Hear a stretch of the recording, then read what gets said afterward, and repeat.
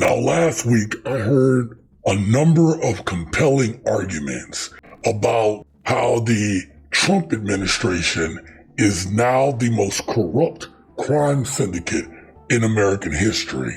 And one of my favorite people that I hear from all the time is Lawrence O'Donnell. Breaking news. The New York Daily News, which now calls the Trump administration the most powerful crime syndicate in history, has always had strong reader support in the Queens neighborhood in New York, where Donald Trump grew up. The New York Daily News says, quote, "It is time to acknowledge what has become tragically obvious. The Trump administration is essentially acting as a massive criminal enterprise. It lies, steals, extorts, and murders, all while cloaked in the awesome authority of the state. It is on a crime spree that puts Al Capone to shame." Now, Lawrence O'Donnell has no qualms going after Trump and exposing the criminal that he is, the person that he is. But what's also alarming is when you hear something like this. The madmen in charge in the United States have brought us into this.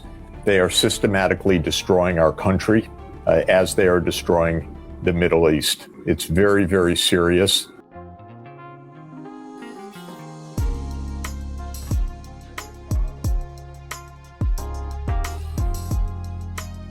Greetings, my VPPN family, and to all of you who may be here for the first time. This is Bold Perspectives Network. I'm Mr. Red.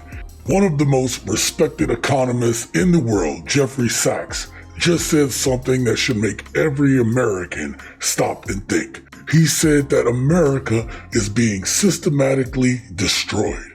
Now, when someone like Jeffrey Sachs says that, he's not talking about some conspiracy theory. He's talking about decisions being made at the highest level of power. Decisions that are weakening this country economically, politically, and internationally. And if you look at what's happening right now, you can start to see exactly what he means. Because when you combine corruption, reckless foreign policy, and leaders who treat war like a show of power, you start to understand why people around the world start looking at the United States very differently today. We don't have to guess whether we're enemy number one, because we are. Let's strap in. Let's get after it. Trump, let me add, is an utter disgrace to our nation. He lied to us every word about America first. His whole premise was, we're not going to do this. And he did exactly the opposite of what he said. He did exactly the opposite of what the American people say. Of course, Congress is dead for all intents and purposes. Doesn't matter whether it's Johnson or Schumer, they're useless, these people. They're all in the Zionist lobby payroll. They have squandered our wealth. They have squandered our strength. They have diverted our attention from our elevators and our escalators and our roads and our power grid and all the things that make life viable for us, our housing stock, everything, to divert our trillions of dollars to this madness that is underway right now. I don't know who actually fell for this. Oh, that's right, MAGA did.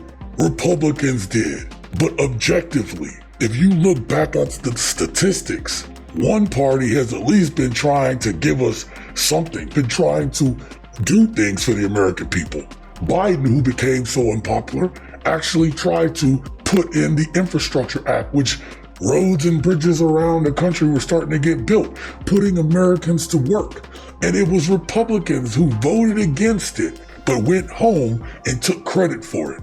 Republicans are obstructionists, and there are also these same people who are on the other side in the Democratic Party, the neocons. You got both sides of the aisle right now, people in both sides of the aisle right now wanting war. We have a problem. We have a corrupt system in which the wealthy have bought votes, have bought democracy. Basically, it's been sold out to those people, and now we're at their whims. You wonder why people on the left are mad? Because we saw this the whole time.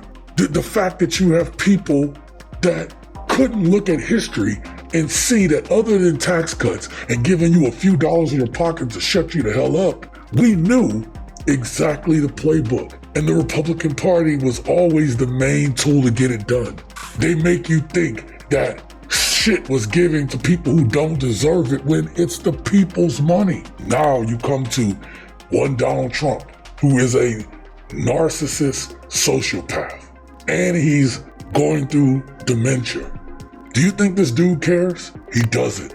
And I'm gonna prove it to you here later in the video. But when you have this economist right here come out and say that America has been sold out, you should believe him, even if you don't believe me.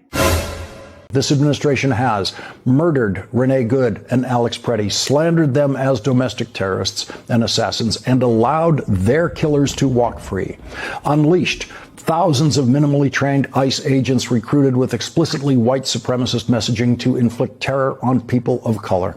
Repeatedly violated the constitutional rights of citizens and non-citizens by arresting them for First Amendment protected speech, raiding their homes without judicial warrants and imprisoning them without due process, and killed dozens of civilians on the high seas solely on the unsubstantiated claim that they were drug runners, not that being drug runners would justify their summary executions without due process anyway.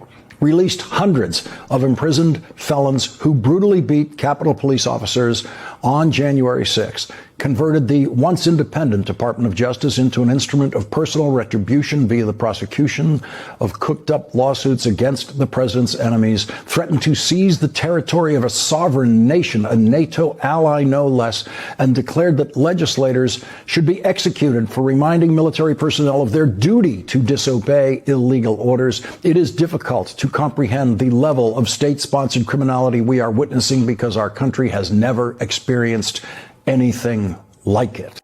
Now, you just heard Lawrence O'Donnell say something that a lot of people in Washington are quietly admitting, but none are saying loud enough. This may be the most corrupt administration in modern American history, if not the most corrupt.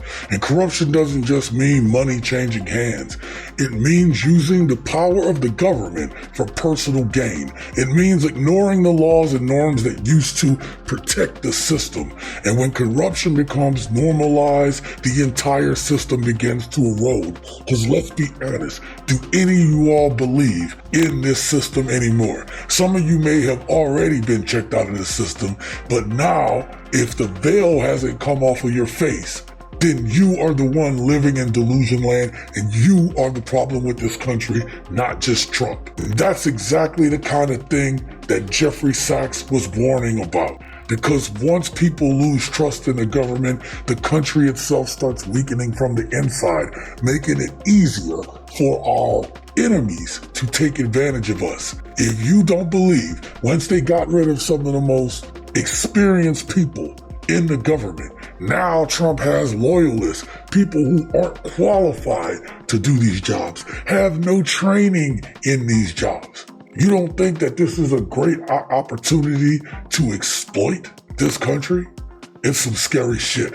That nothing in this country can go back the way it was because ain't nobody gonna trust us.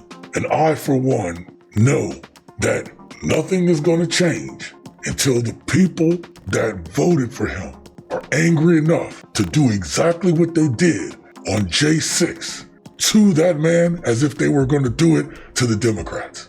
And if they aren't going to do anything about it, then it may be too late.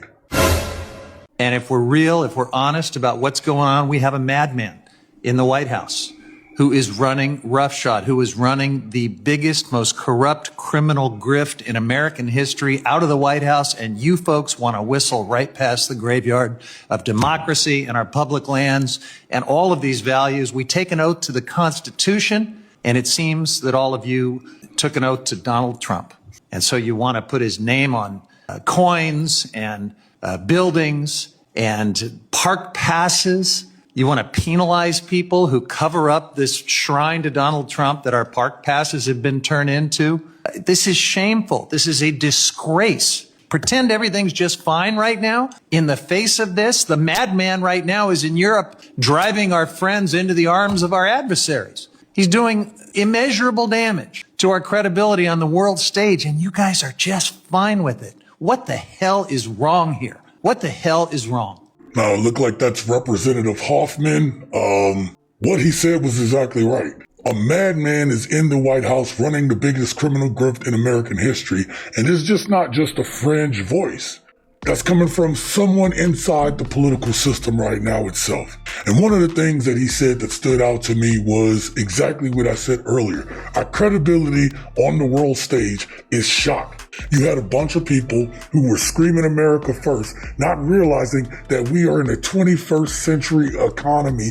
We are in a 21st century world. And so wanting to kick everyone out so there could be just white people on the goddamn country isn't going to work. It doesn't work, it won't work, and the reason why it doesn't work is because everything is now interconnected and interwoven. And even more so, in the most dangerous way, if this AI thing continues to proliferate, as it probably is. Understand that we have given the keys to the semi-truck to a goddamn drunkard with bad eyesight and trembly hands and corrupt intentions. And now go to sleep in the passenger seat thinking that, hey, this person is gonna drive us in the right direction. No, we're gonna crash. We're gonna fucking crash. And the reason people like this are saying the things that he's saying is because the behavior we're seeing from the administration doesn't look like leadership, which I've said, which means that the person who's in charge of us right now isn't even qualified just due to the lack of leadership. That shit right there would make anyone lose their position, and now we call this man president. Right now, raw power is being exercised without restraint, and that is bringing us to this war. And that's what makes this moment in time and in history dangerous. The people in the future, if there is a future, are going to look back at us and say, why did they allow this to happen? Now, earlier, Jeffrey Sachs said, why aren't we worried about the roads and the bridges and all this stuff? Trump talked about that. We've spent $8 trillion in the Middle East, and we're not fixing our roads in this country. How stupid is it? And we're not fixing our highways, our tunnels, our bridges, our hospitals even, our schools even. It's crazy. And then, in true narcissistic fashion, this man has a vendetta against one Barack Obama. And so he predicted something. He predicted that we were going to go to war with Iran. Our president will start a war with Iran because he has absolutely no ability to negotiate. He's weak and he's ineffective. Wow, would you look at that? I guess he was right. If this right here doesn't prove to you that this man would say anything to get elected, some of you all fell for this shit. You all fell for the grift and the con. This is what he was saying about Barack Obama. Let me tell you something about Barack Obama, regardless how you all may feel about him. The one thing is, when he was president, I didn't even worry about what was going on. I listened, I paid attention, but I felt like that was a man who was in office that actually was going to make sure that the right shit was done for this country, on behalf of this country. Whether it was real or not, the point is you didn't have to worry about it. Same thing with Joe Biden. I didn't worry about whether or not we were safe with Joe Biden in office, because I knew that he took the office of the president seriously. This man right here lied to everybody. And the thing that he predicted, listen again. Our president will start a war with Iran because he has absolutely no ability to negotiate. Donald Trump claims that he's the master negotiator. But this is a man who's been through 6 bankruptcies. He bankrupted a casino. Let that shit sink in. I don't think people get that. The house always wins at the casino, and he bankrupted. Why? Because he can't manage. He steals from himself because the money was running out. I don't even believe he was a billionaire. That's why you've never seen his financials. Now, Trump, the president of the United States, took the call from a reporter in the middle of the day. I want you to see and hear this conversation, the mentality that Trump has about the war in Iran. I talked to him today during the middle of the afternoon, and the call lasted for about 20 minutes. When I called, I was actually calling to ask him because if he was firing Kristi Noem, because ABC News was about to report that had happened. And it turned out that he was as I was talking to him, reviewing the statement that he would put out saying that she was leaving office. And he told me he was sitting there with Marco Rubio. Kristi Noem was leaving and being replaced by Mark Wayne Mullen. The conversation then turned to Iran, obviously, the major decision which may define not just his presidency, but his entire political career. And I have to say, he just sounded incredibly triumphant. He said to me, "They're calling me the GOAT, greatest of all time." He asked me if I thought it was impressive, meaning the war. He said, what do you think of the performance?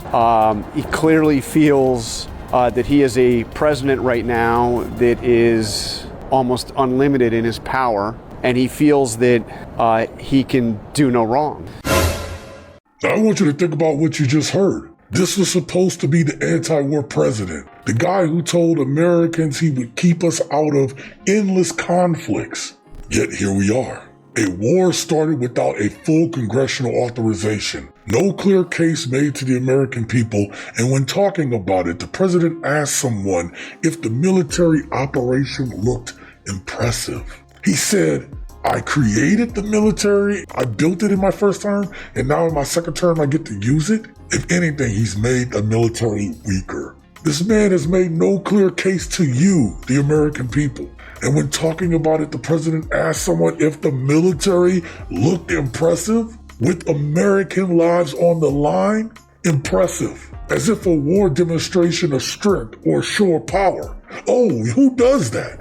Oh, wait, the same man that had a military parade in Washington, D.C. in honor of his birthday, who wants to look like the other authoritarians and dictators around the world. If you don't believe that we're in a dictatorship right now or authoritarian regime, you're mistaken. This is the textbook classic show of it. We have some major news right now. There is mass outrage after the United States of America and the Trump administration released a national security strategy quietly redefining the way America stands with our allies and adversaries overseas, separating America from democracies, moving America closer to autocracies in a way that we haven't seen in the post-World War II world order. National security strategy does not label Russia as an adversary, ensures that Trump's war in the Caribbean or the illegal strikes in the Caribbean will ramp up. The strategy criticizes Europe for failing to adopt Western civilization and Western values. It actively calls for alliances with foreign governments and political systems that simply do not agree with America's, throws Ukraine under the bus, abandons key strategic goals and basic values, and a lot of people say make America weaker. Another thing that Jeffrey Sachs warned about is how the United States is isolating itself from the rest of the world. And we're seeing that happen in real time. Allies that used to trust the American leadership are now questioning it. Countries that once aligned themselves with the United States are hedging their bets. And when a nation loses credibility internationally, it becomes weaker diplomatically, economically, and strategically. As I said, our economy, our futures is tied to a bunch of other countries. And we think that we're decoupling it, but actually this is on purpose so that no one will come to our rescue when they do the thing that they want to do to us, using AI, mass surveillance, basically drone attacks if they don't like what you're doing. Once we are under submission, I believe that's when we'll use our might around the world. The truth is, America's strength has never been just military power. It's been our alliances. It's been our credibility. It's been the idea that the United States actually represents stability and something bigger, this democracy, this experiment. And now, in the eyes of everyone, we are the tyrants that we said that we weren't. Everyone else knew it. Now it's time for you as an American to realize our whole vision of what this thing is has been a lie. Donald Trump is a man who basically represents all the things we teach our children not to be. He's a liar. He's a thief. He's a molester. He has no remorse, no shame, no empathy. And he has no loyalty to the law, to the Constitution. He lies to people, telling them he's working in their interest. He got elected lying about how he would do something about inflation, and now he tells everybody that affordability is a hoax. I mean, this man is the lowest character of all. I hate to use the R word, but I'm going to tell you, You got to be one dumb Republican to believe anything that's coming out of this administration anymore at all without it. We've said it before. I'll say it again. No wars, releasing the files, lower health care, all this shit, lowering prices. You know, if there's a turning point for MAGA, hey, MAGA, it's now. It's right now. Stay vigilant. Stay engaged. Stay revolutionary.